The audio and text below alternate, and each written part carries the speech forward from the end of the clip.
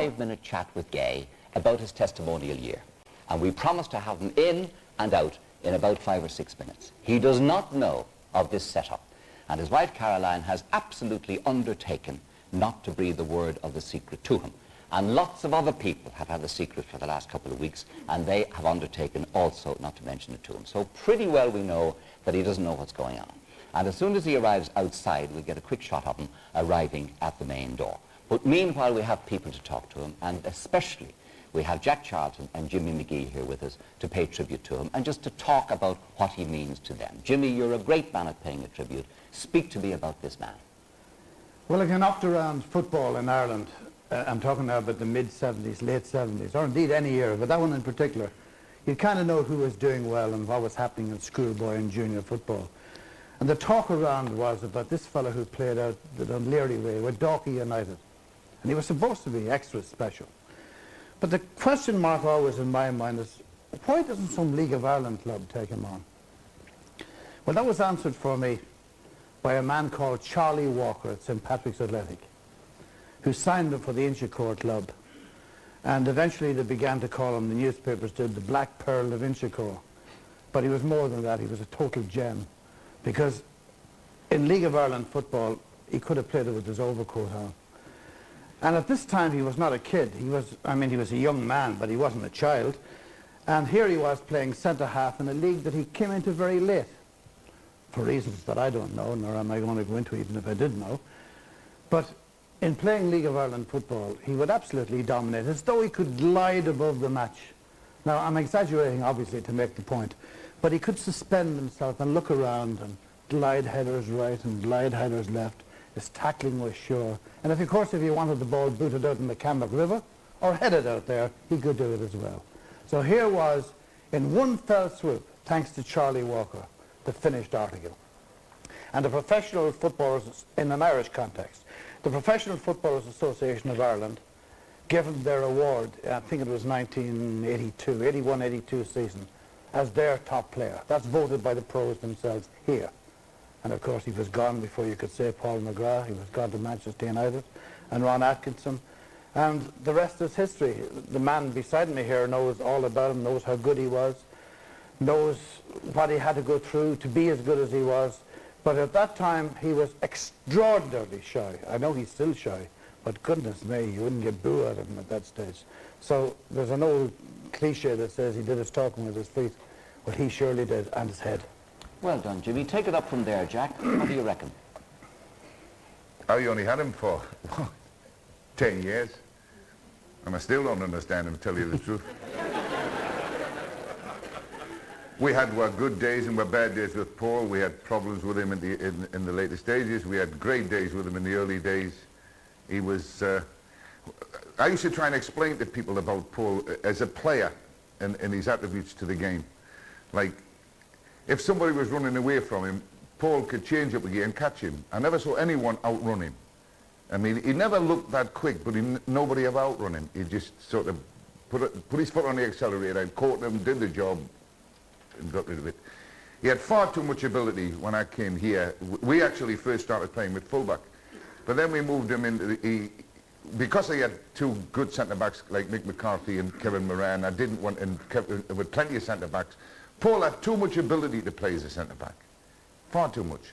So he finished up playing with us in midfield, and that suited him.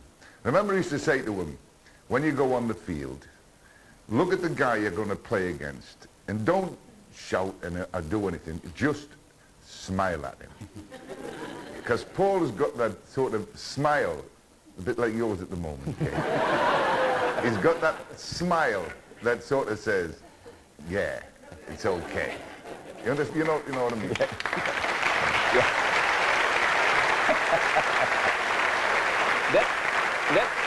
Let me interrupt you for a minute, Jack, because he is just arriving outside at the moment. Have a look at your screen. It's I think he's just arrived. What he had to be as good as he... Extraordinarily shy. I know he's still shy. That's a breakthrough on a recording there. Don't mind that. There he is. Just been met by our Pat.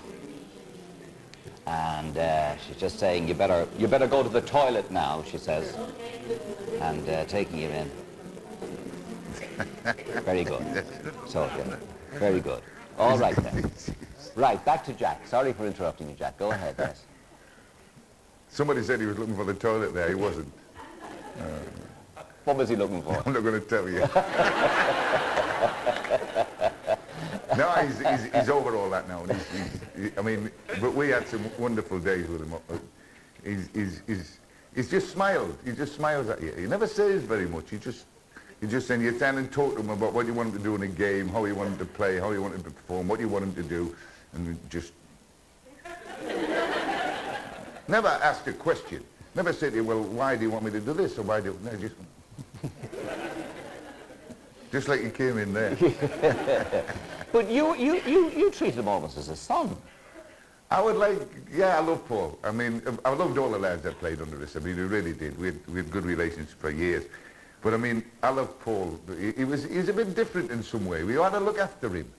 You know, the players had to look after him. I'd look after him. Why? Mick Byrne had to look after him. We all had to look after him. I mean, because Paul was Paul. I mean, and he's shy, but you never know where he was. No. And the number of times you've sent people off trying to find him was... Yes, you had your bad times. He got away with murder, Jack. Let's face it. Well, he did, because when you've got the ability that Paul had, I mean, Andy Townsend once said to me, I said, look after him, keep an eye on him. And Andy said, listen, it's in our interest, because Paul is such a great player that we need to look after him for our sake, not yours. Yes.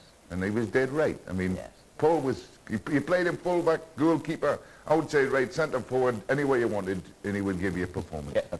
Jimmy, why was he loved so much, though? Apart from admired, he was loved. I think Irish people like that heroic kind of thing, where you're kind of living on the edge.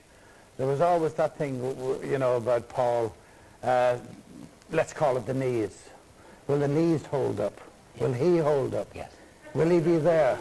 Will he play? Where will Jack play him? Where will he Jack be? finally get annoyed and not play him at all? Yes. But whether Jack would have... I'd like to just say something about Mr. Charlton. There was one occasion we came back from... there were many, but there was one in particular we came back a late night from Poland, arriving at Dublin Airport in a charter, maybe 1 o'clock in the morning. And it was just that time of night when it's either bed or go on. And he sidled over nice and gently to Paul, without Paul really knowing, and kind of threw out silly little remarks, and suddenly everybody's in the hotel, and suddenly it's bedtime. And he did it, this fellow, without a big force. He can roar and shout when he wants to. I believe so. But I think he thought enough, correct me if I'm wrong, he thought enough of Paul McGrath to want him always in the side, if he was anywhere near 100% fit at all. The McGrath's ability and McGrath's contribution to the Irish team was of such calibre that he was worth another half a man, perhaps. And I'd say all his colleagues would say that too. Yes, yes. By the way, Jack, what are you at the moment? Like, what are you at? What do you mean, what am I at? What are you doing at the moment? Don't say I'm on the Late Show, but what are you doing? You're not fishing all the time, are you? I do a fair bit of fishing. I do a little bit of golf, taking up golf. Do a lot of dinners, a lot of openings. I'm opening Irish pubs all over the world. I do all sorts of things. It's a lousy job, but somebody's got to do it. Yeah, but I do it at my time. I don't have to do it anymore. Yeah. Do you miss it? No, not a bit. Not in the least? Not a bit. Really? No. I feel ashamed that I don't miss it. I should. Well, you look great. You look relaxed. Pardon me while I come down here. I want to greet Caroline. Caroline, how are you? You're very welcome. Hello. Hi. Very welcome. This is Mrs. McGrath. Come on up here. I want you to go down up here. Sit beside Jack. Sit beside Jack there. And Jimmy. You know them both. You know them both. How is he? Caroline? Hi. He doesn't know Caroline, does he? No, nothing. You're sure? No, he thinks he's coming on for 10 minutes. 10 minutes. And he's nervous enough about that. Why is he nervous? He doesn't like coming on the television at all. Oh, doesn't he? No. Not good at the talking. So how did you keep the secret all the week? I've been like a secret service in our house. I unplugged the phone for the last 3 days, so no one could phone the screen. But he hasn't heard anything about it at all. Very good. Okay. Are we right then, Dennis? Right. Ladies and gentlemen, You're right. Now, ladies and gentlemen, my next guest tonight has played for Ireland 83 times. When he played with Man United, he won the FA Cup. When he played for Aston Villa, he won the Coca-Cola Cup. He was voted Irish Player of the Tournament after the 1990 World Cup. He was voted Players' Player of the Year by his colleagues when he was 33, at a time when most people were thinking of retiring. He never trains. His knees are a legend in their own lunchtime. But at the age of 38, he's still playing better than most mere mortals would ever dream of being able to play in their prime. Now, he's just joining us. We've promised to have him in and out in 5 minutes. He just wants to have a brief word with me about his testimonial year. Would you welcome, please, Mr. Paul McGrath?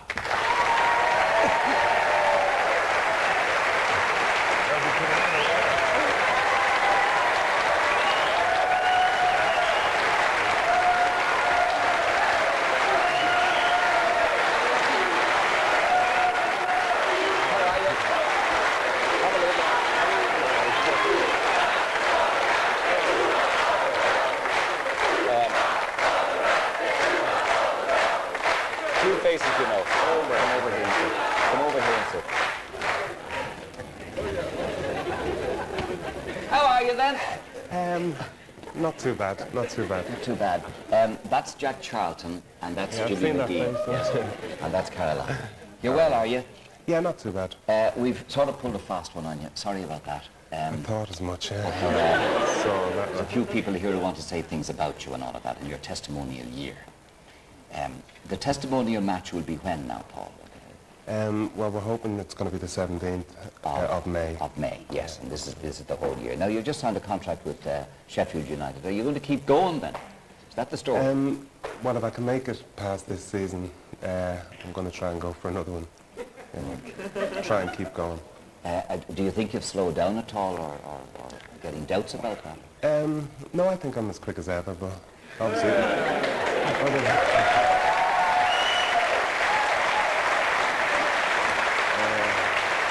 I think I probably have slowed down just a little bit, yeah. Yes. So now this is where cunning and experience and flying hours come into it. Yeah, a little bit of... Well, if you get two people alongside you now that can do all the running and stuff, and hopefully I just mop up. Yes. How are the knees as we speak?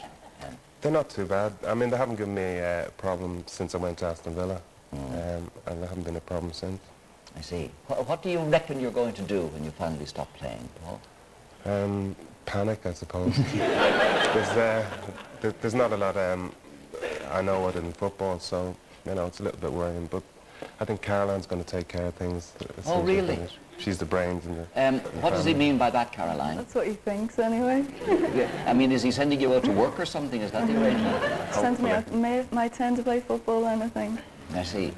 Would you tell me, Caroline, how you two met? We met in Liverpool in a bar. About Yes. 5 years ago. Yes. And you were a keen soccer fan, were you? Well, I supported Everton as a child. My dad used to take me to the match. I had the season ticket for 10 years. Yeah. But I didn't know who Paul was. I mean, I would have recognised him if they had played for one of the Merseyside teams. You didn't know who he was? No. And who introduced you, Caroline? Oh, he had this friend. His friend did. Yes. And what did you think of him at first? I thought he was really quiet and shy. Mm-hmm. But he informed me afterwards because he was drunk. That's why he was so shy. And then what happened? Well, I was living in London at the time, and Yeah. I came back up to live in Liverpool, and we started seeing each other, and eventually we got together. Yes. And how long did it take you to sort of fall for him? Also right away. Oh, right away, even though he was shy and bashful, is it? I think that's what the charm was. I think it's all an act, really. And why did you fall for Caroline, Paul? Just the way we got on, and I mean, the way she looked. I think she's, you know, just had a good evening. Good evening. What about, tell them, Caroline, the Gary Kelly story. Tell them about Gary Kelly. Oh, Paul never believes, he always plays himself down. He doesn't believe in himself at all. And it was just before the last World Cup, and Paul telephoned me, and they were in the training camp, and he said, I'm in the changing room and Gary Kelly keeps looking at me. He said, I don't know what it is. He said, I put my head down and I look up and he's still staring at me. He said, I think I've done something to him. So anyway, the next day I said, oh, it won't be, it's just that he's, you know, it won't be anything. The next day he phoned me up again and he said, he's still staring at me. And it was only a couple of months later that I was reading a magazine article that Gary had wrote, and in it he'd put, I just can't believe I'm in the same dressing room as Paul McGrath. Oh dear. And then there was the occasion when nice Mr. Charlton did something kind to him. Tell us about that. Oh, Jack was always very good to Paul, and the nights that everyone else was allowed out before the match, Yes. he used to keep Paul in. It was only for his own good, because he said all the other lads would get back, but he could end up in Israel or something. So Paul was sat up in his room on his own, and I think Jack All felt alone. I think Jack felt a bit sorry for him, and he took him up a box of chocolates and sat on his bed to have a good chat. Oh, did he? Oh, that's sweet. All together. Oh. Little box of Cadbury's roses, dear, oh dear. So you were the mysterious blonde on that occasion, that, yes, when... I didn't realise, though, what was happening. I was just grateful to get into himself for a couple more days. Yeah. I didn't realise he was so well known, or he was meant to be for an Ireland game. Gone missing. Not for the first time and not for the last, please God. Yes, indeed. Are you going to the match tomorrow, by the way? I am, yeah. Is it hard to sit there when other fellas are doing the thing? Yeah, it's a little more difficult because obviously you want to be out kicking the ball with the lads. But, Doing your thing. But there comes a time, I think, when you just have to kind of let it go a little bit. And do you actually get agitated when you're at a match like that? I do if they're not doing so well.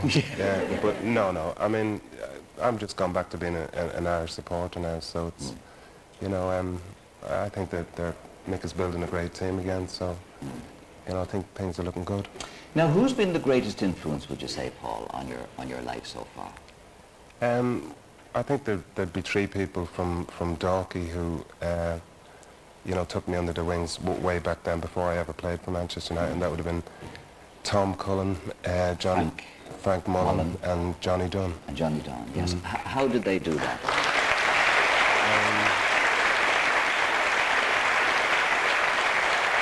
They're here tonight. They're here with us. Yeah, they're here with us. I think they just, you know, when I left one of the places I was staying in, they got me my first job, got me a place to live and stuff like that. So, and they've just helped me all through my career.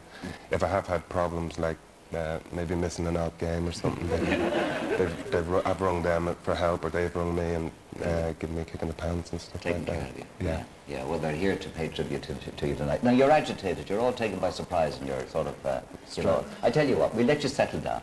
Let you settle down, and we've lots of people who want to talk to you, but I'll take a commercial break right now, okay? Let's take a commercial break and back to it after that. Thank you. Well done.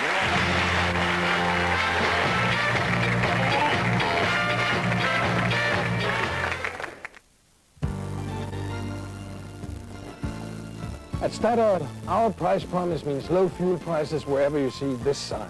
And if you join our premium club, cashback guarantees you even greater savings. Where's Steve gone? Where's O'Donnell? Where are they gone? We're in Studio 4 paying a special testimonial tribute to Mr. Paul McGrath, and this is Mum. Hello, Mum. How are you? How are you doing? You're proud of him, are you? Oh, very proud. Was he a delightful young child and never gave you a moment's bother? No, he never did, I have to say. You're lying. You're lying. No. You're lying. And you're proud of what he's done, are you? Very proud. And are you happy to be here tonight? You are? Yes, Very very good. happy. You've nothing particular to say to him at this Just stage? that I love him. That you love him. No. Very good. That's all. That's right. All right. Steve. Where's Steve Staunton? He's gone just when I want. Where's Steve Staunton gone?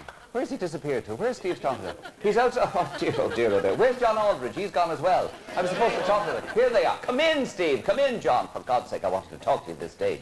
I'm trying to keep things in. Where were you? Where were you? For God's sake, how are you? Sit down there and let me tell you. Hello, Steve. Lovely to meet you. How are you? Steve, I wanted you to speak to me about this man. Sit down there and take it easy and say some kind words. What does he mean to you? What does he mean? What does he mean? Yeah. Well, part of the reason I signed for Aston Villa was because of the big man. I wouldn't have gone otherwise. I don't think. Really? Yes. And why was that, Steve? Why so? Well, I'd played with him for Ireland. I knew of his ability, and just to play with the man's an experience, and going to Villa to play with him week in, week out was only going to benefit me. Yeah. No, I can't say anything higher than that. But he never trained, Steve. Well, I found that out when I got there. That was a shock. Yeah. Big Paul used to leave 10 minutes after us starting training. Leave? Yes, the car was pulling out the car park. And how did he get away with that? This man here in front. he didn't know, did he? Well, he just got away with it. I mean, he didn't have to train, and because of his knees, I mean, his performances on a Saturday spoke for itself. And where did you first come across him, John?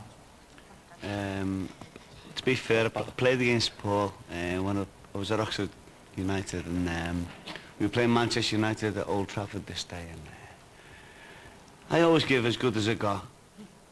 You know, whenever the elbows were flying and he was coming over, and Paul well outdone me that night. He was absolutely fantastic, and I knew then how good a player he was, because I played against good players at that time. But one thing I must say about Paul, whenever I was in the dressing room and we were playing big teams like England, Ireland, Italy. Well, we are a big team. We are a big team. And I've had a few drinks.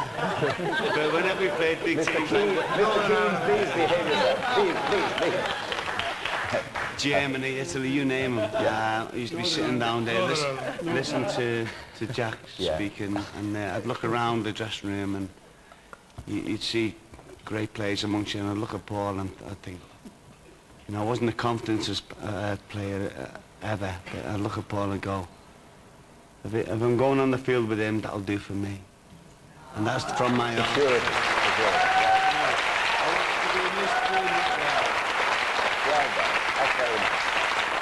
Right, well, since we're busy talking about him, we just put a smidge of a couple of shots of him in action with all sorts of people over various sort of matches and so on. Just a little smidge to remind ourselves of him in action. Roll it there, please, Ray. Thank you.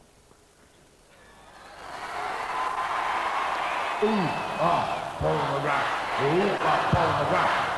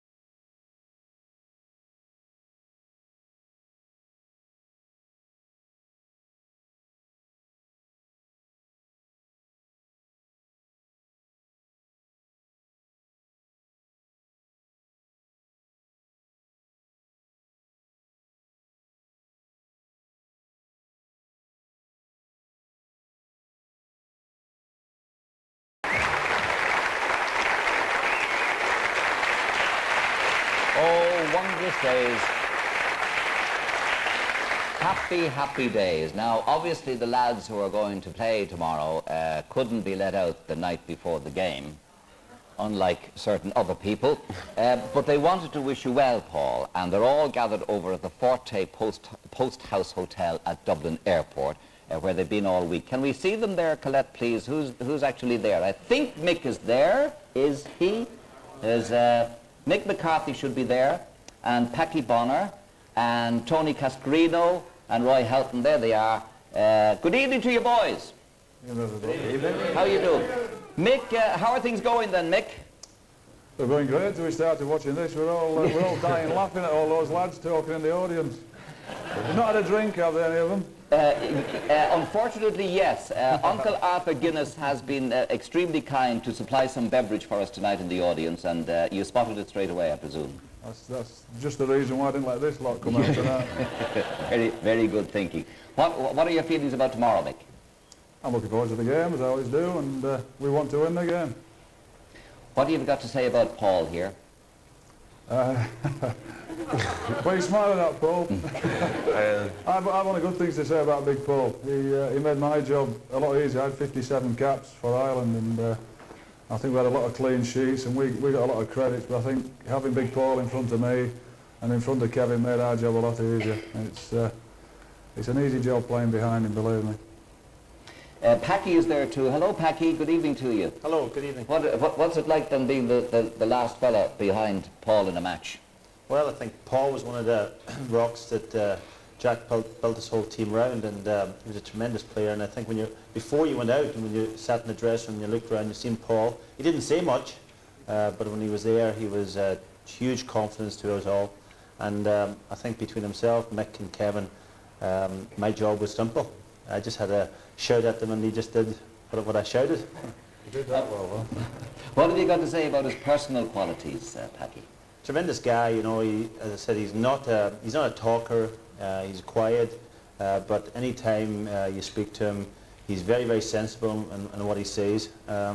Tells you, gives you confidence, and a tremendous guy, and a guy that I've had tremendous pleasure with working all these years. Well done, Packy. Thank you for that. Is Tony there? He is. Tony Cascarino? Yeah. Yes. Hello, Tony. Yeah. What has he been to you, Tony? Well, I was always watching Paul because Jack had me sub and I was getting splinters on me bottom. So, no, Paul's, I want to ask Paul one question. Have you received me check yet? Me check? Have you received me check? No, he owes me a few shillings from the cards, and he won't pay up. What do you mean he owes you a few shillings? Paul, I paid you in the Burlington when he was having an orange juice with me. Yeah, see, he always uses that one. No, he owes me money and he won't pay up. He owes you money and he won't pay up. Yes, but what does he owe you money for, Paul? We were playing a little few hands of poker, and oh, yes. he loses and he doesn't pay up. Never. Never pays up. Always goes back to France and forgets about it. Tony, could you do something about that, please? All the schools there, I can see Aldo and Kevin Moran there, and Paul will have a game tonight. Ray, is Ray there? Yep. Ray, hello there, Ray. Good evening to you. What was the highlight for you so far? It must. For me, yeah, definitely the World Cup. Yeah, Italy. Italy, yeah. Paul was outstanding when he played out in Italy. The only thing he didn't do was take a penalty against Romania, who we've got tomorrow. That would be nice. Well, I was there, Ray. I was there at the Giant Stadium, and it was a fantastic day, wasn't it? It was so magnificent. Definitely, yeah. I get a lot of the plaudits because I scored the goal, but the big man for me was the man of the match that day. He was outstanding at the back, and I wish he was here tonight with me, because a few of the young lads have got some maths problems, and he could help me out with it. And what does he mean to you personally, his personal qualities? Top man. As everyone says, the only problem he doesn't speak too much. In fact, this is the most I've heard him say on your show tonight.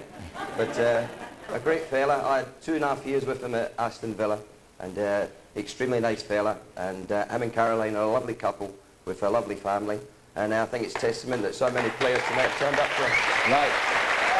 Right. Okay then. Do you want to join in and give them 3 cheers or something exciting like that? Well, it's got to be Paul McGrath, isn't it? Yeah, yeah. Well, try. How many of you out there? I can't see how many people there are with you. The whole squad's here. Everyone's going to turn up for him. Okay, well, lead them into it then, Ray. Well, we go. Say, Paul McGrath said, Paul McGrath.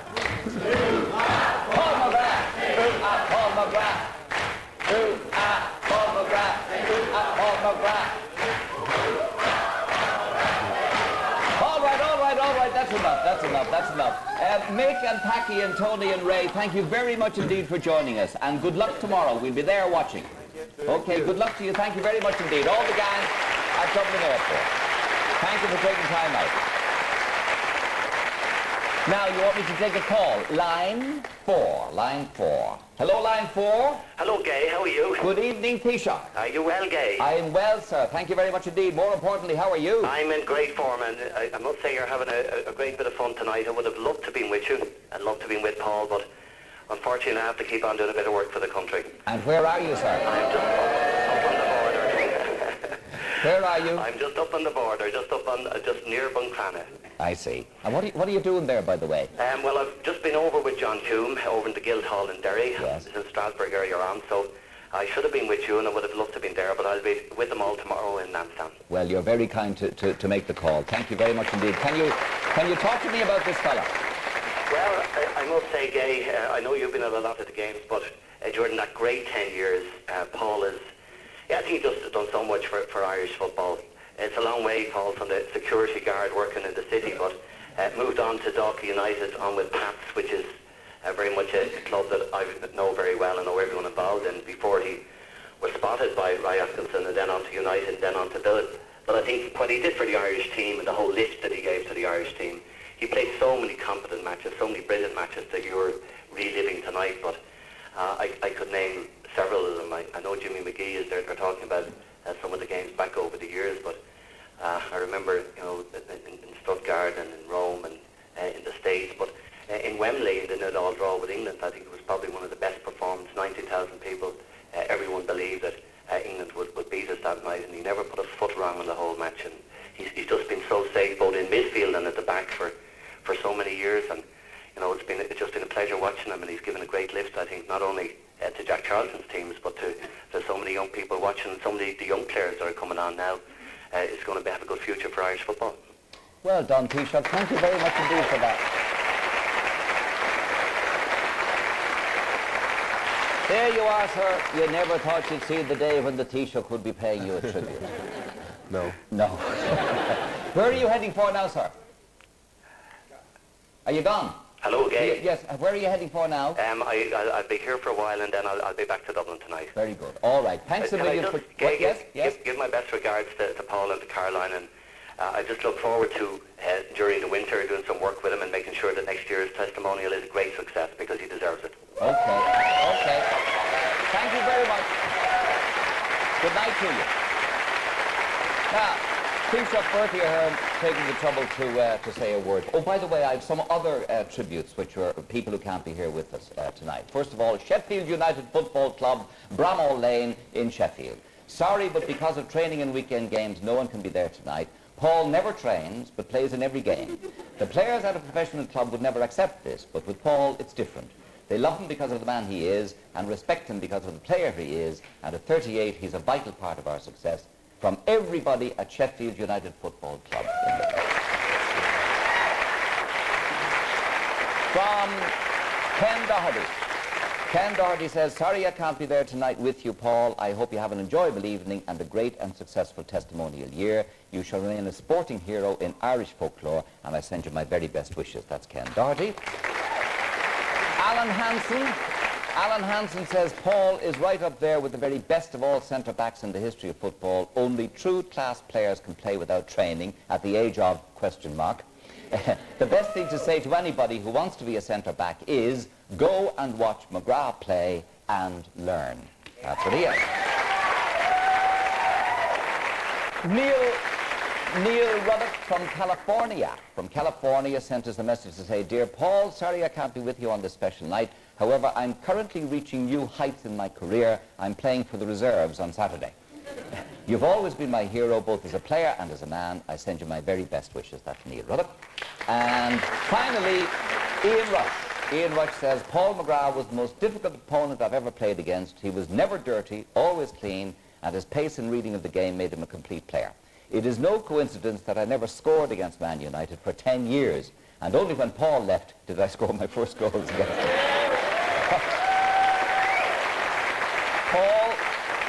Paul, says Ian, is a credit to himself and to Ireland, and I'm only sorry I can't be there this evening. Have a great time, and best wishes for the future from Ian Rush.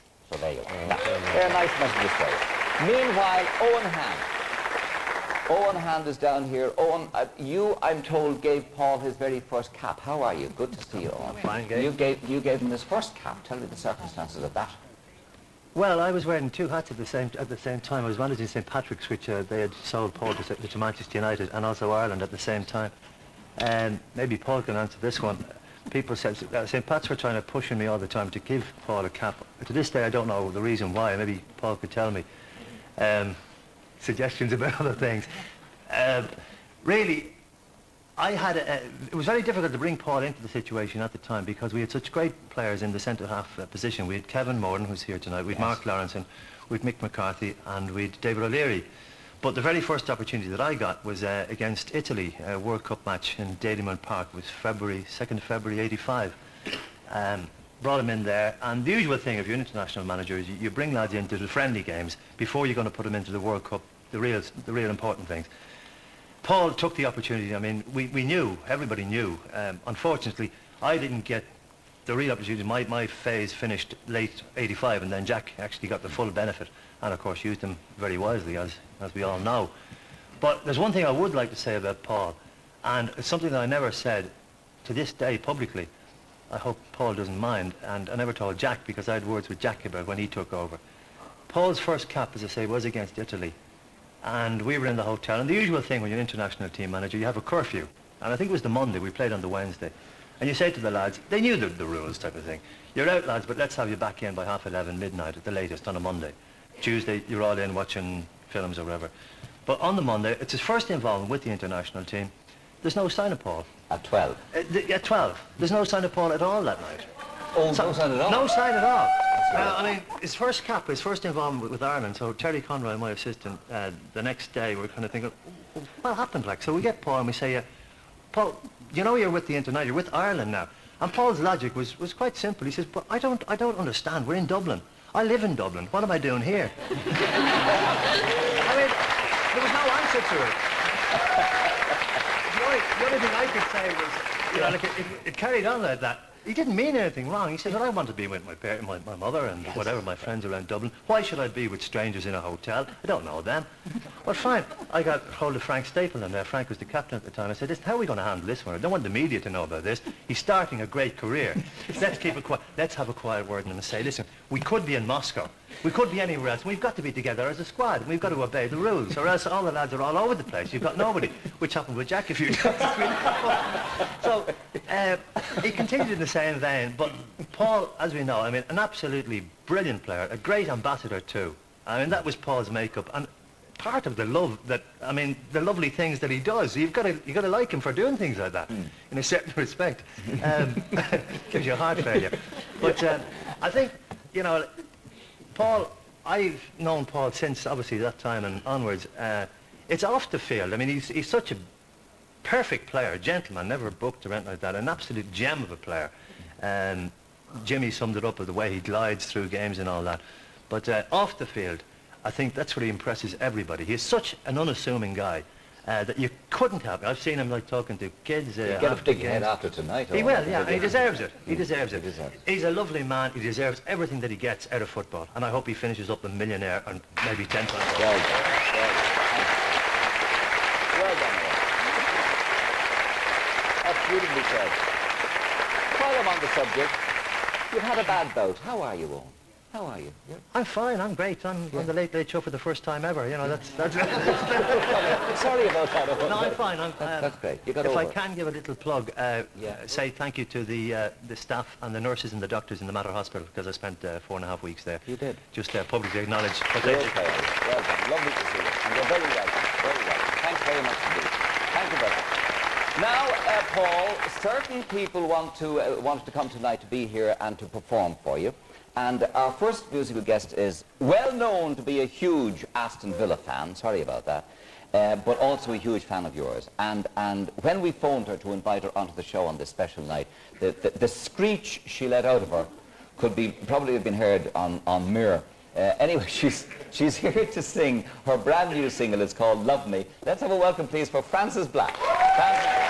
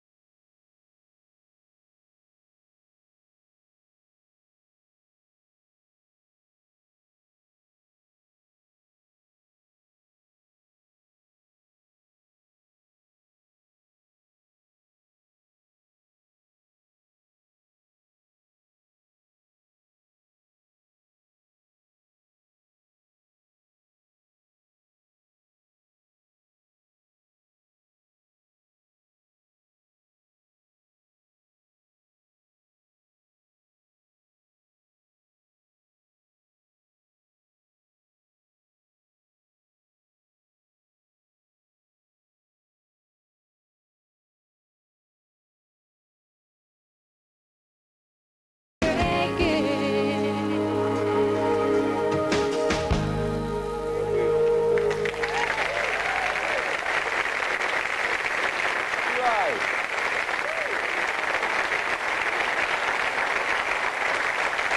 Francis Black, and that's called Love Me. Sure, the place is full of love tonight. The whole studio is ringing around with love tonight. It's one of those nights. All right, then we'll take a break here, Dennis, and come back to us after this. Thank you. Well done. Come back.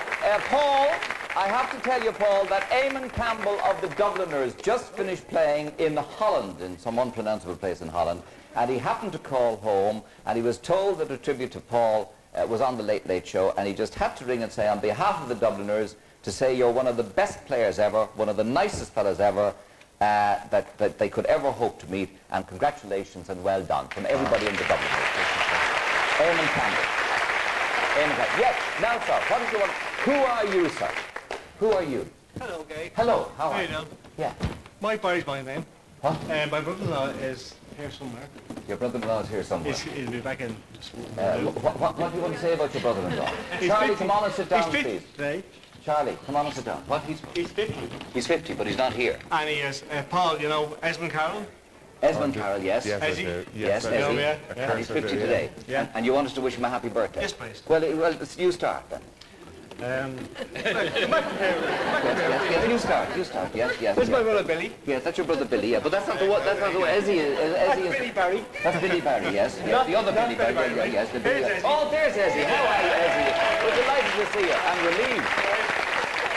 You were just watching a very old theatrical ploy in action there. It's called Panic, Ezzy. And his 50th birthday. What has he got to do with Paul McGrath? Paul, you know Ezzy? No, we never saw him before. I do, in yeah. In Dublin. I know him well. And it's your 50th birthday. Happy birthday, Ezzy. Happy birthday. And many happy returns. Thank you. Not at all. You're very welcome. Charlie Walker, how are you, sir? Already mentioned in dispatches, ex-manager St. Patrick's Athletic. Tell me about going to Paul's mother, Charlie, to sign up for. Oh yes, that was on the Monday evening. I went up. Actually, I didn't think I'd get him at all because I had nothing to offer him. But I knocked at the door and I met his dear mother, Betty. She invited me in and the grandmother was there. And she Paul be along short. And so I had a chat with the grandmother. And we were talking about different things. And Paul came in, very quiet lad, just stood at the back. So I was giving him, I offered him a proposition. I said, Paul, if you come to Pat's family club, I said, I'll put you in the shop window from the word go. And if you don't like it, I says, I'll just tear up your contract and let you go back to play. And while that was happening, the grandmother was saying, are you listening to that man? I think you should do what that man's telling you to do. And I said to myself, God, thank God I've someone in me corner. You know? And that's what I said. Paul's grandmother, sir.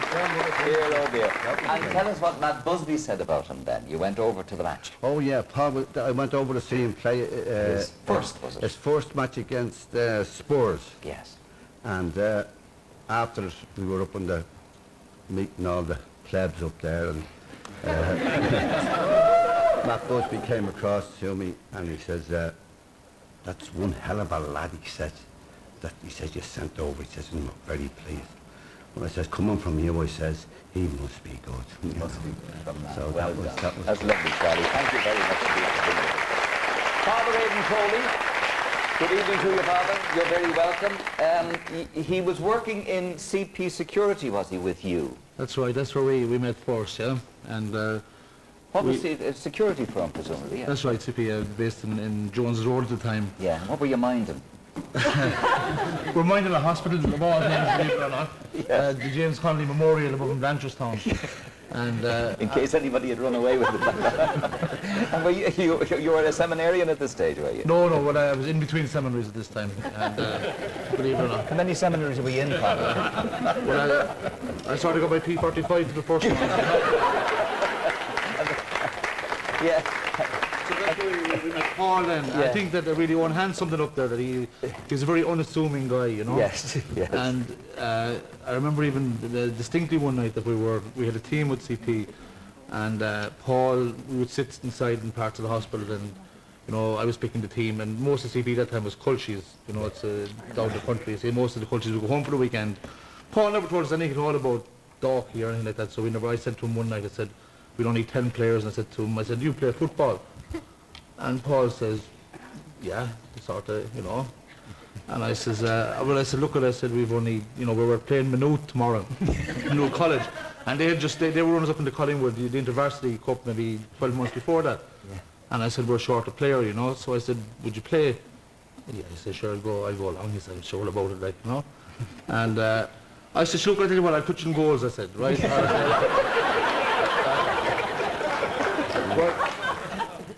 But I said, but our goalkeeper was there, so I said, "Look, play right back." Thoughts, yes. Play right back, I said, "and just try and get the ball." I said, "Look," and I said, "Look, the important thing is don't let the guy pass anyway." I said, "Just sort of, you know, do that." So he says, "Grand, yeah." So then we arrived in Maynooth on Sunday afternoon to play this match anyway, and the lads were tugging out in the dressing room, and some of the day staff, we worked nights, so the day staff wouldn't have seen Paul at this stage, and they were looking at him and they were saying, you know, "Where has this guy arrived out, or where has he come out here?" Who's your man? Who's your man? You know, so I was saying, "My God, I hope to God he's able to kick a ball right there," you know. And so little did we know, I mean, we beat Maynooth that day. We must have beat the college at least, it was about 5 or 6-0. Paul, I remember, scored 4 or 5 goals. 4? And there was an after match, my God, where has he been? Right? But I think little do we know, but I think that, you know, he's an unassuming guy. I mean, we've been great friends since, and even in my work as a priest over the years, I mean, he has been unbelievable. I mean, he is, even in 1990, when he was voted the Irish Player of the Tournament, I mean, Paul could have commanded any fee he wanted, you know, at appearing, and I mean, he came over with a very sick child in one parish, and he came over, didn't cost us a penny, just came over, and he spent so much time with the children, and, you know, that's the type of guy he is, and these are the type of things you don't hear about him. Of course not. But I mean, the children, in one part of Cork will...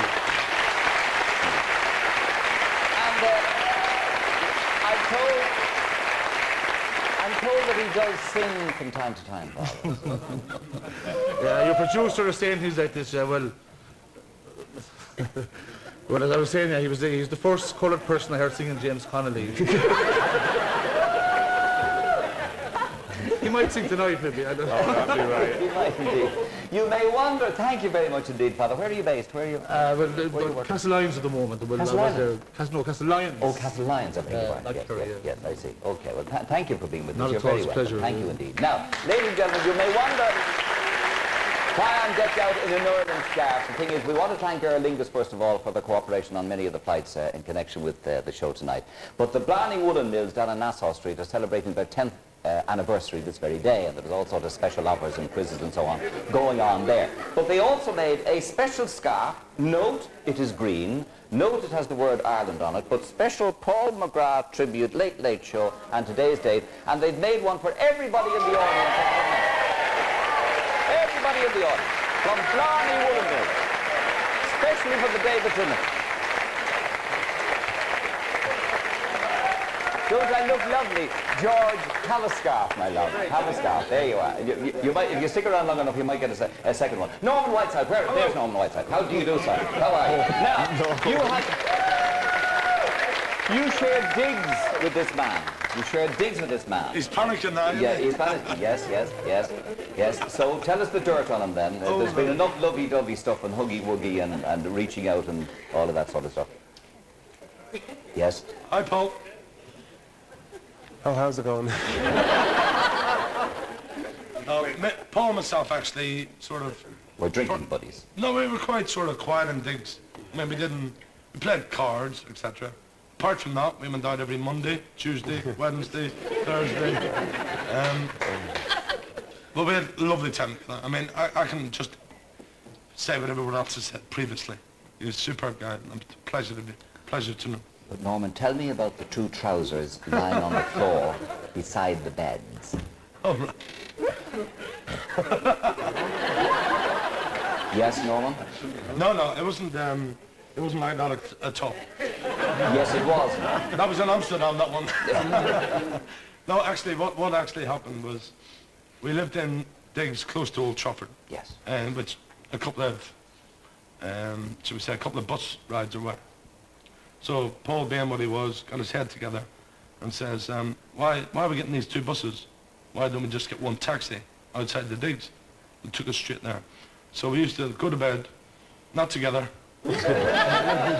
Not very often. Keep it and we used to trousers, jeans, side of the bed, horn from the car outside, taxi, and that was it. Taxi ride straight to Old Trafford. Genius. Just like it was playing football. Roll out of bed into the trousers and gone. Absolutely. It cuts down on time, doesn't it?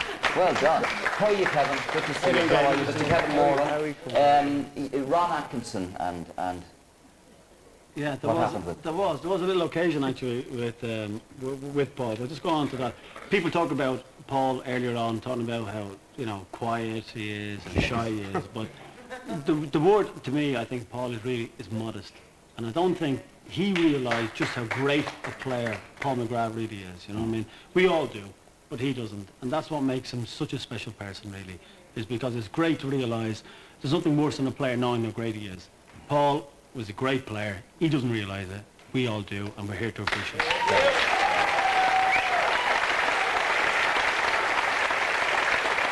But he did have a little row with Ron.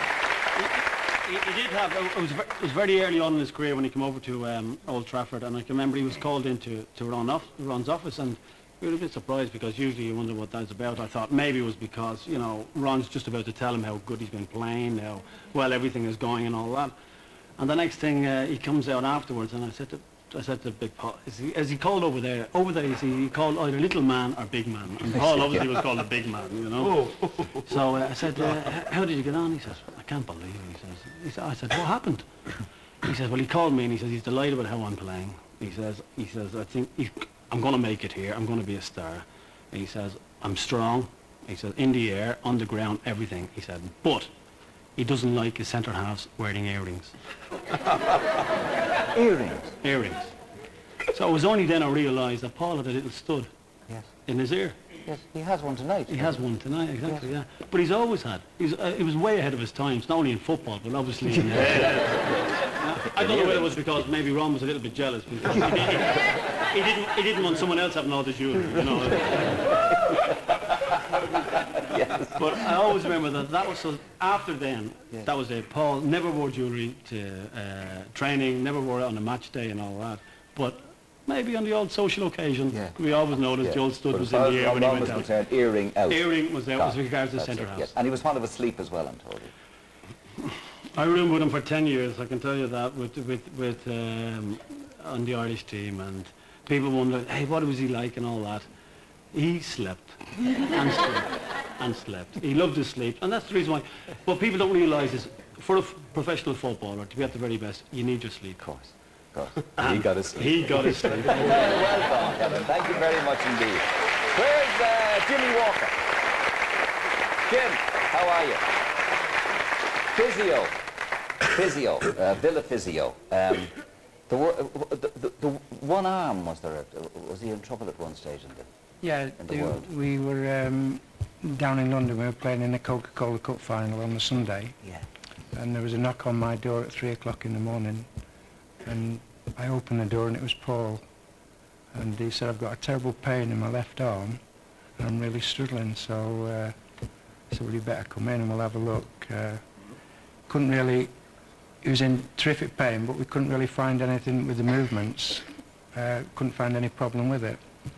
So he had a couple of paracetamol, as they all have, and he went back to bed. And first thing in the morning, I went round to see him, and he was still in the same amount of pain and really struggling. So he had a couple more paracetamol, and being the player that Paul is, he was the last one we wanted to lose out of the team, because we were going, at the time Manchester United had won, well, we're top of the league and we're going to win everything, and we were just going along for the ride really, or so everyone thought. And anyway, as it got nearer time, it was always decided with the man, Ron Atkinson always decided, yeah, he was going to play anyway. No matter what condition he was in, he was always going to play. So we got to, I remember getting to Wembley and calling in the doctor, and the doctor thought, well, what we can do is perhaps give him a painkiller injection in his arm. So he had this painkiller injection in his arm and went out and played in the game and was absolutely tremendous in the game, and we actually beat Manchester United 3-1 and won the Coca-Cola Cup. the story goes on from there because the shoulder had got to get better. And the arm was bad all the time. Yes. He played with one arm actually in the cup final. But further on, it was a week later, and we decided we'd have to see a specialist, a neuro specialist, to see what the problem was with his arm. And when we saw the specialist, he said, what Paul has got is a virus, and it's extremely painful for 2 weeks, but the big problem will be for the next 18 months he's not going to be able to use that arm. So we thought, well, what do we do now? And but we went, and although people say he didn't train, he did train occasionally, and we tried to build his arm up. But the amazing thing was, it was 1994 when we won the Coca-Cola Cup, but that was the year of the World Cup. And I've heard people mention the Italian game, but if you watch the game closely, Paul actually played in that game without the use of his left arm, without the use of his left arm. Never knew. Which was Good guy. Good guy. Thank you for that, Joe. And this is Dwight York. Hello, we met earlier on, Dwight. You said that he was like a big brother to you. Well, he was, and still is actually. That's how I consider Paul. When I first joined Aston Villa in '89, actually coming from Trinidad and Tobago at the time, not knowing anyone in the country, I think Paul had joined Aston Villa probably 6 months before I joined. And he was one person that, you know, when you walk into the dressing room, he was just sitting there quiet, but at the same time just look up to him so much because of his quality on the football field. And if I wanted to be anybody in that dressing room, was Paul McGrath. And as I said, I look at him as a big brother. He taught me a lot. And also I've been out with him quite a lot as well, so. But at the same time, you know, the years I've been with him, the 6 years, has been fantastic, and he's actually taught me a lot as well. Yeah, and quietness is his big thing. Well, I think... For most of the time. Yeah, most of the time. You know, his presence is there, but you know, he's pretty much quiet. And that's something that we absolutely adore about the big man, really. Well done. Thank you very much indeed. Right, York. Thank you very much for those things. Where's Christy Moore? Christy, would you come out here, please? Come out here, please, because I want you up here on the triangle, as we call it, because this is Christy Moore, ladies and gentlemen, who's come along to sing a little song for Paul. God save you. Now, just turn around there. You want to say something about him? That's really. Well, a number of years ago, I was doing a concert in Birmingham, and after the concert was over, I went into the green room. And normally I don't really... Some nights it's not great going into the green room because you're given your best shot. Oh. But I walked in and I was amazed to find sitting in the green room Paul McGrath, whom I'd never met before. And we had a bit of a yarn that night, and I'm happy to say that since then we've become good friends. And it's a great honour to be here tonight to pay this tribute to him, you know, and it's richly deserved, and I wish himself and Caroline all the very best for the future. Good on. You're going to sing. You're going to sing. Off you go. In your own time. I'll take that. In your own time. What's it going to be? A little north side thingy, south side thingy. And north and south of the river, Paul. That's it. North and south. I want to reach out over the loch and feel your hand across the water. Walk with you along an unapproved road, not looking over my shoulder. I wanna see, I wanna hear, to understand your fear, but we're north and south of the river. I've been doing it wrong all of my life.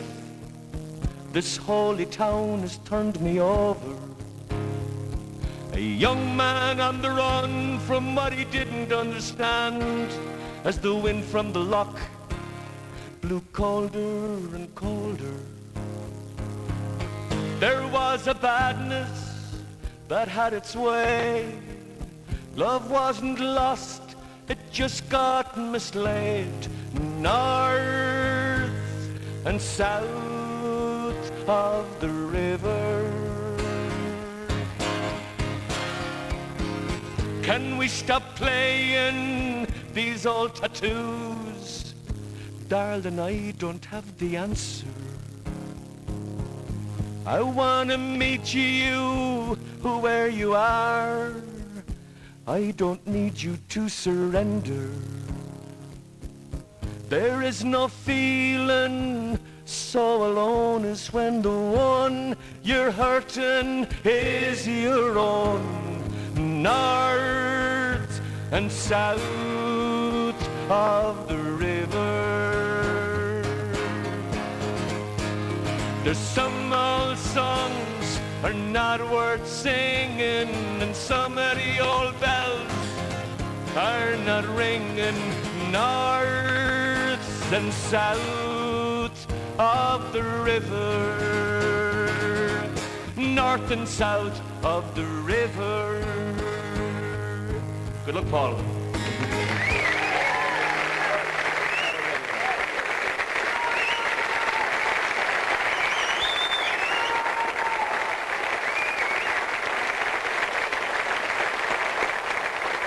Now, thank you, Christy.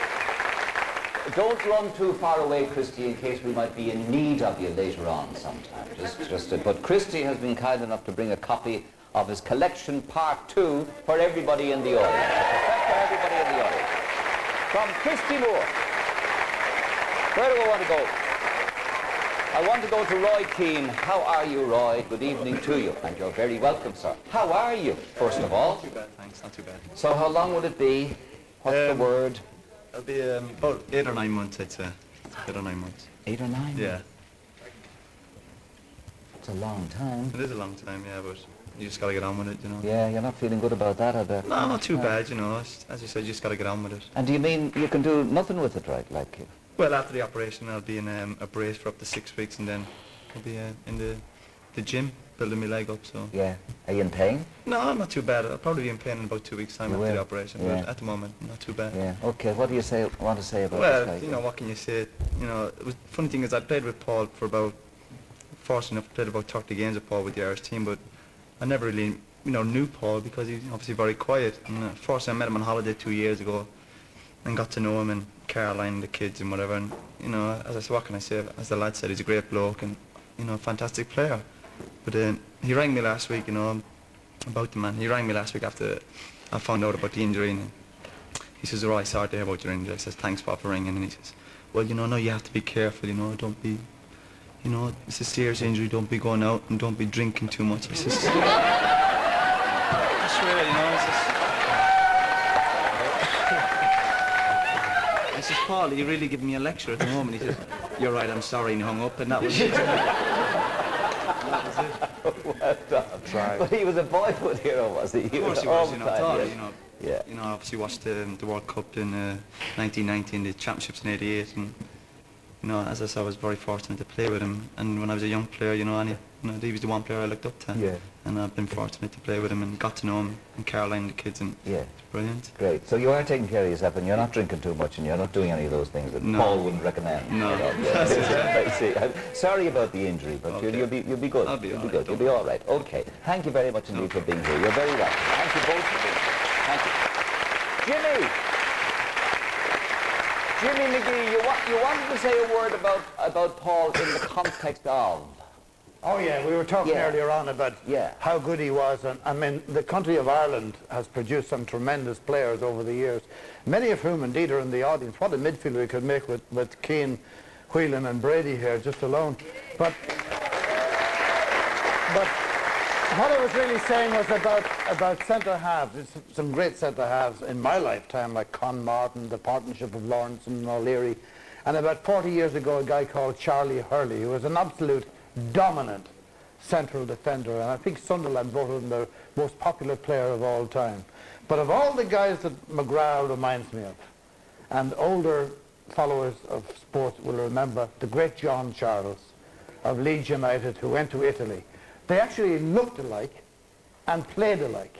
I think Jack here might have taken over from John Charles as lead centre half. But the great thing about Charles, he was centre half or centre forward. And he went to Juventus and got a pile of goals in a very difficult league in which to score goals.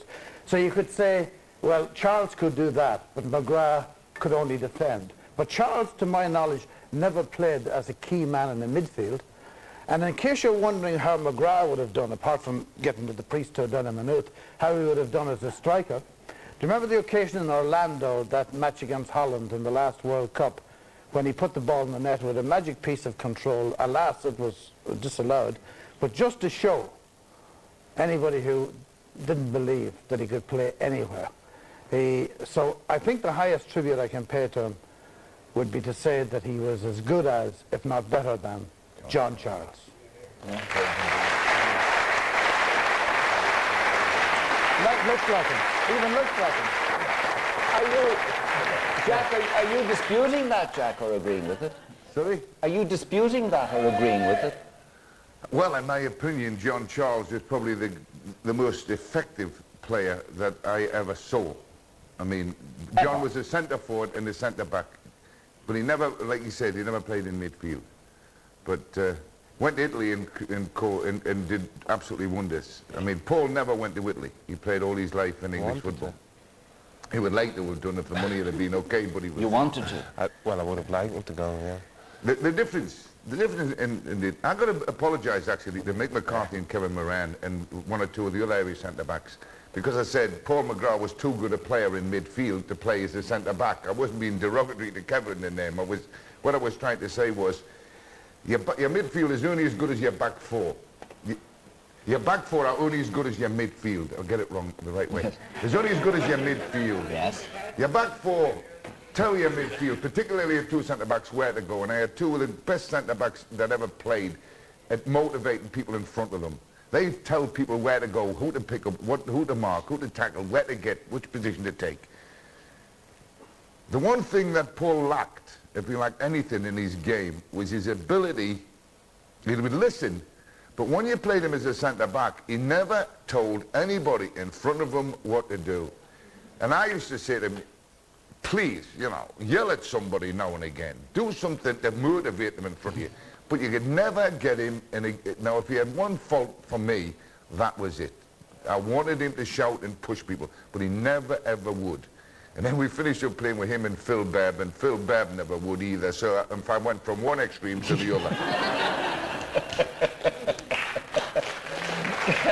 Caroline, I have to ask you, is this man as angelic at home as we are painting him, or are we doing a dreadful wrong here? No, he is at home. He's quite good in the house. He watches the television and flicks the channel. With the zapper, yes, yes. And does he do any housework? Or gardening? Or? Gardening, he's into gardening. He's into gardening, yeah, he yes, says it's a sign he's getting old. Yes. And does he ever make a cup of tea or a bit of toast for himself? Or? Yeah, he'll make a cup of coffee or tea. I see. And would he boil an egg or cook a meal? No. No, that's out. We go to the chip shop. I see, the chip shop. I see. And would he wash dishes and do things like that? No. Load the dishwasher? Tell the truth. You would load the dishwasher? Yeah. No, I'd actually wash the dishes. Yeah, he does actually. Our dishwasher broke and very good. He did for 2 weeks every night. Yeah. And does he ever lose his temper, Caroline? Have you known him to lose his temper? No. Never? Never. I don't think we've ever had an argument. Never? Not in the house, no.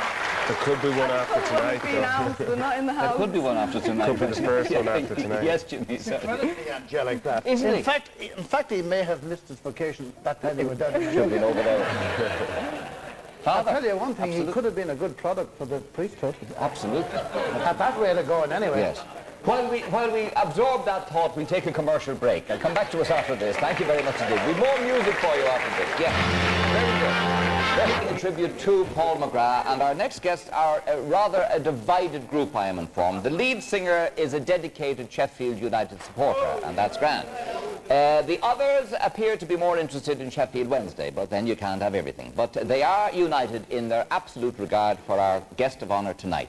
And they're going to perform a song called When Saturday Comes, which, if you remember, is the theme song from the movie of ditto title. And they've gone out of their way specially to be with us here tonight, specially to be here on the night that we pay tribute to Paul McGrath. Would you welcome, please, Def Leppard? Def Leppard.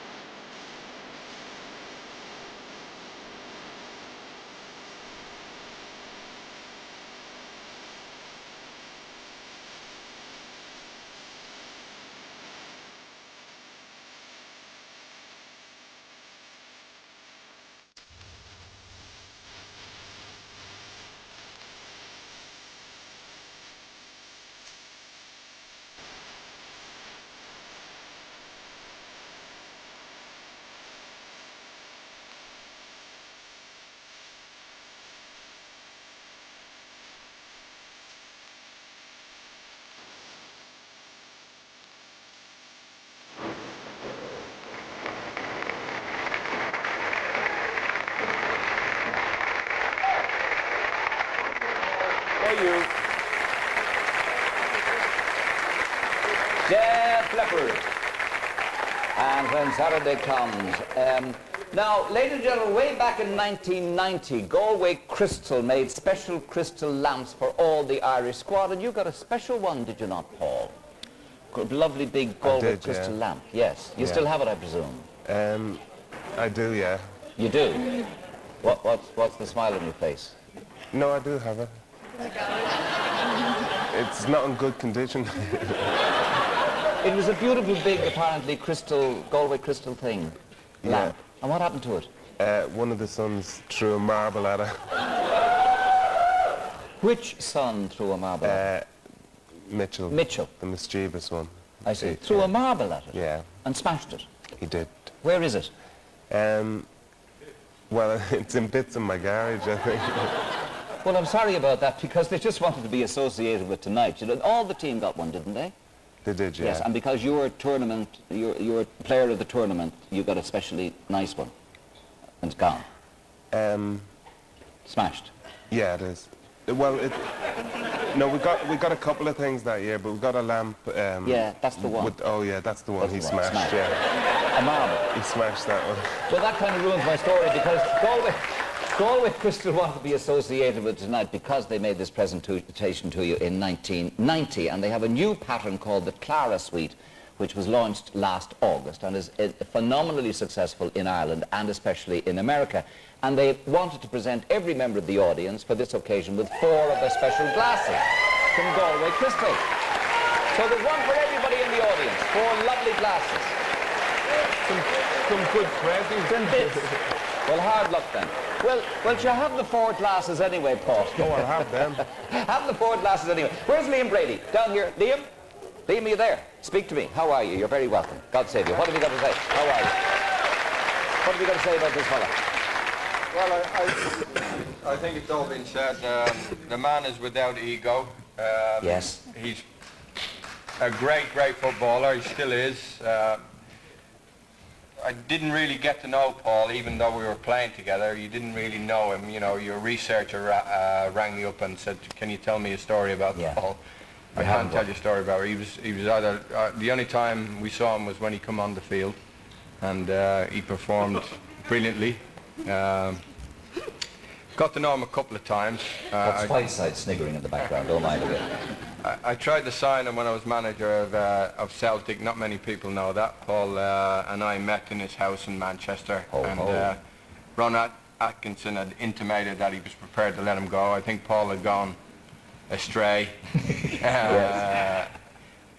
And that was just before the season started, and then the season got underway and Paul played a couple of games for Ron, and then he changed his mind. But what I want to say about him is what a footballer. Tremendous, great footballer. I watched him play.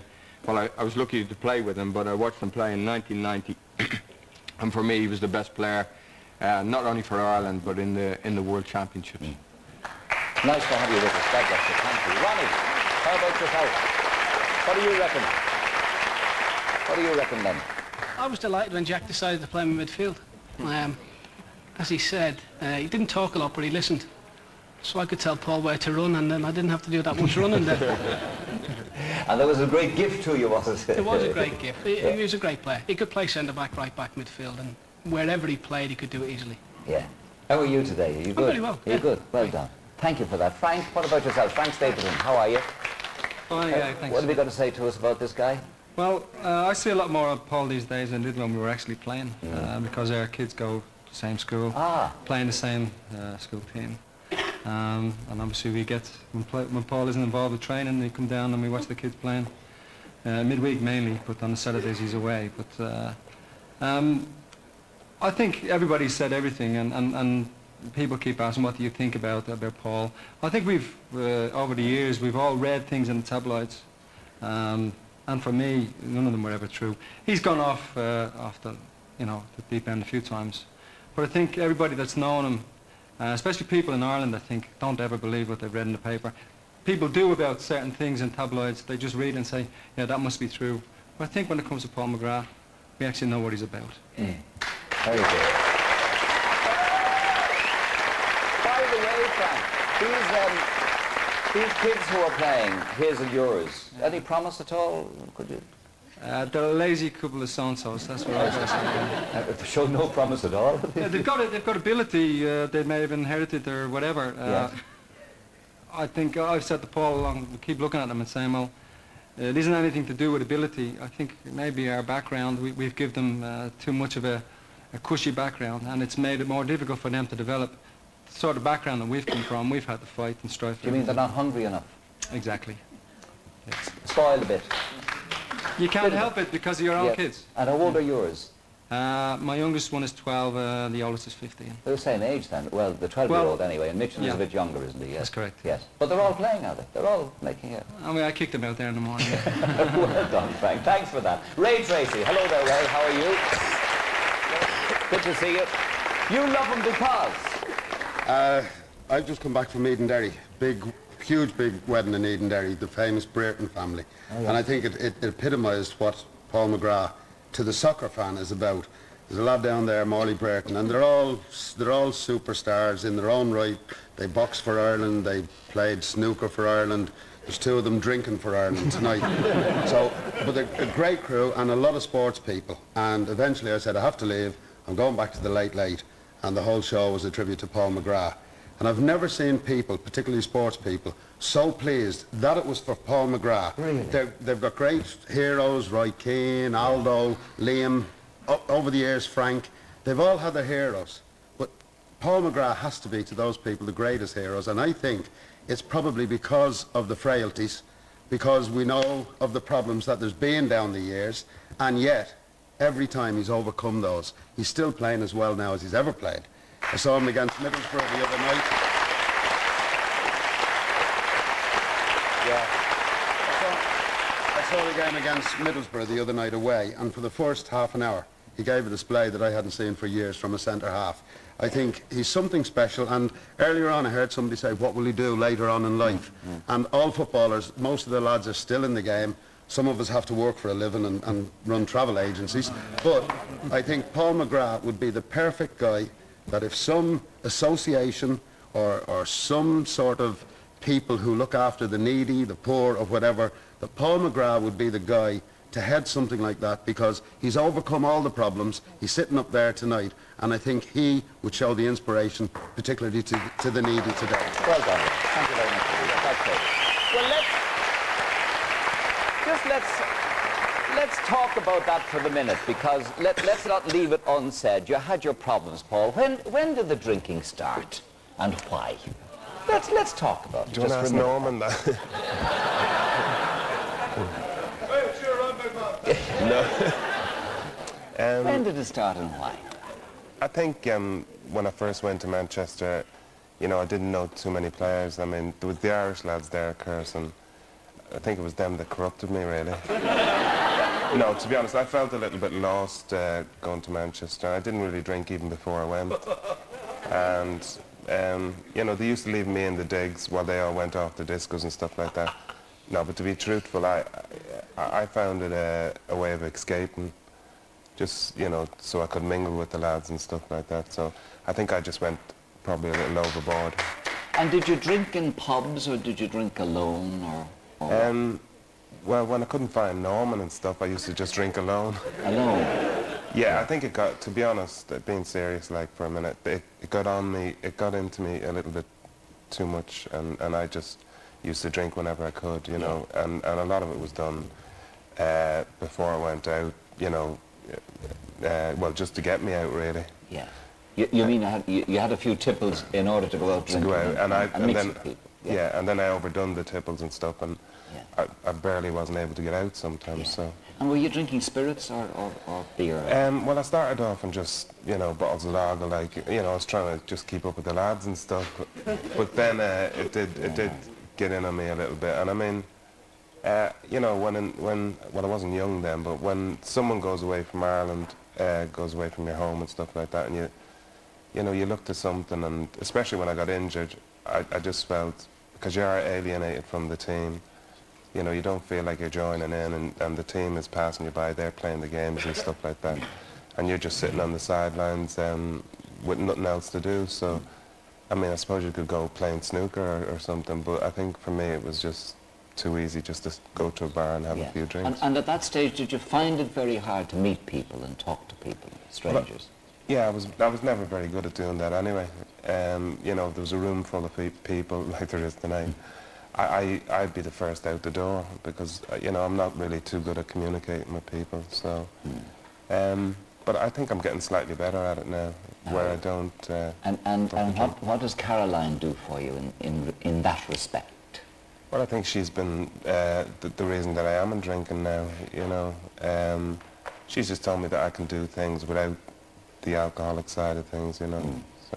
So the alcohol side of things. Yeah. And, you know, she's given me a self-belief that I can, you know, I can talk to people without tanking myself up before I do it. Yeah. He caused you problems, Jack. Say a little bit about those problem times, Jack, when he caused you. Say a little bit about those problem times when he caused you problems. The serious ones, and they were all serious, are the funny ones, and there were some funny ones. Yes. Like when I got a phone call from Paul from Israel. Israel? He had disappeared before a game, he just didn't turn up. Was this the famous time? No, listen, too, he hadn't turned up, and we went down to... I heard that he had been seen in Cork, and he had gone out with some friend of his, some friend, and they'd jumped on a plane, and I got a phone call from Cork, from Paul, from Israel, saying to me, can I come back? I said, of course you can come back. Get on the plane, come back, and we'll look after you, we'll see you right. We're coming back from Israel. But I mean, he missed the game completely. The game had gone and been played, and Paul had gone. But I mean, we had problems with him getting him off coaches. We had problems when he would disappear. I could never find where he was getting the drink. But I could spot him from across the room. If I looked at him, like I'm looking at Stan now, and you look at it, I'd say, you've been drinking, you. And he'd go, no, I haven't got. And I'd go, I know you've had drink. And I could tell from across the yard. And no. And then we'd argue for half an hour. He would absolutely deny everything. No, I didn't. And then he would say, well, we did stop in the pub, come and throw the second. Is this me or Stan?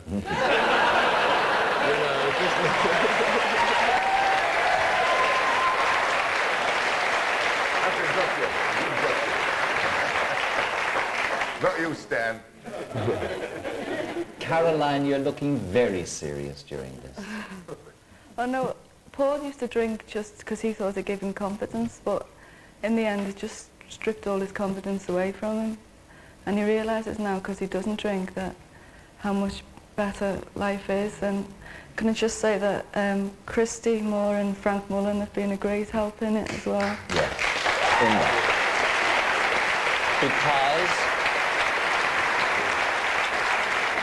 Because, Christy, we have been there. Is that it? We have been there. Well, you know, I met the man and I love him dearly, and he helps me as well. Sometimes when I'm out on the road and I'm having a bit of a bad time, I give him a ring and we have a bit of a chat. And what do you say to each other on an occasion like that, Christy? We just talk normal talk. Just how are things, how are things at Sheffield, how are things at Derby. He asked me how the gigs are doing, and I ask him about the kids, and we just talk about normal things. And do you say, I'm bothered a bit? Well, you know, we just talk really without. There's no big mystery to it, you know. It's just two people who've been down the same road, can relate to each other, just about ordinary things. I mean, Paul came to see me in Leeds, and we went for a bit of a walk, and we didn't talk about drinking. We didn't talk. We just talked about how you're getting on. And yeah, it's a bit of support. Yeah. Yeah, the crucial time. Yeah. Sorry, Jimmy, you gave up jar quite some time ago, didn't you? Yeah, I made some decisions that were worthwhile in my life, but that was by far the best one. How long ago? 19 Lent, Ash Wednesday, 1973. But who's counting, Siju? Pardon? But who's counting? Well, it's funny, I used to be able to count it in the hours. Then I went to weeks, then I went to months, and it's easy enough to remember the days, but it was the single best decision of my life. And no why, Jimmy? Were you bad on it? No, I wasn't, no. And I can say that now with benefit of retrospect. Yeah. Not really, but there's a lot of things I wanted to do. You see, I solved all the problems of the world at night, but I couldn't remember what the solutions were the next day. Yes. Also, the very important aspect of it was, I went down to my local church one Ash Wednesday, and my children wanted to go in and get ashes in the church. And I was leaving them off to head off somewhere else. And I said, why don't I go in with them and get the ashes? And I did. And whilst I was getting them, this isn't a holy, I'm not joining that team, by the way. Whilst I was doing that, I said, why don't I just not have any drink this week, next week, and leave it for Lent? And that was Lent 1973, and it's still Lent. Never went back? No, no. Okay. And the interesting and rewarding thing about it, none of my children remember me ever having a drink. So it couldn't have been timed better. Do you know what I mean? They were small children then, and now they're grown, now they're adults with children of their own. And they've never seen you drunk or tipsy? Oh, no, never, not at all. Never, never. And how are you now, Paul?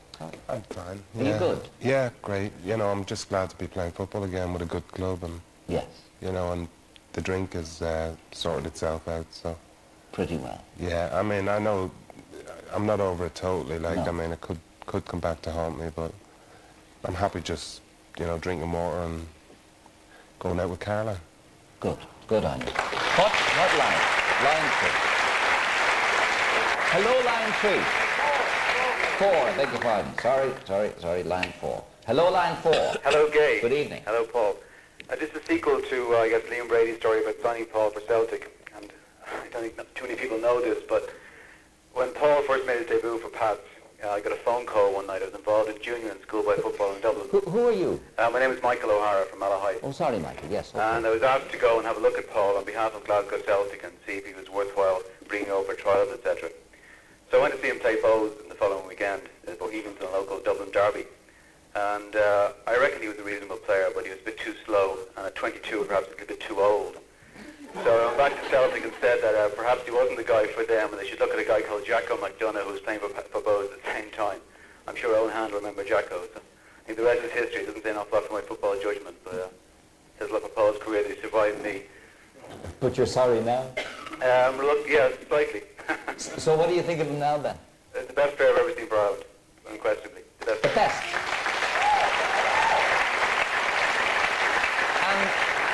And Michael, would you say, Michael, you've seen them all, or most of them, or? I've seen most of them since the early 60s, mid-60s. Great, that's a great compliment. He's the best ever. Okay, thank you for your call. Well done. Thank you. Thank you. God bless you. Right, Brenda O'Donoghue, how are you? There you are.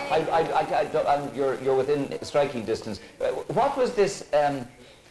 You wanted to talk about the romance between Caroline and Paul? Well, look, one thing, I mean, they've talked about it themselves. When I would cover the football team, it would always be from the fans' point of view.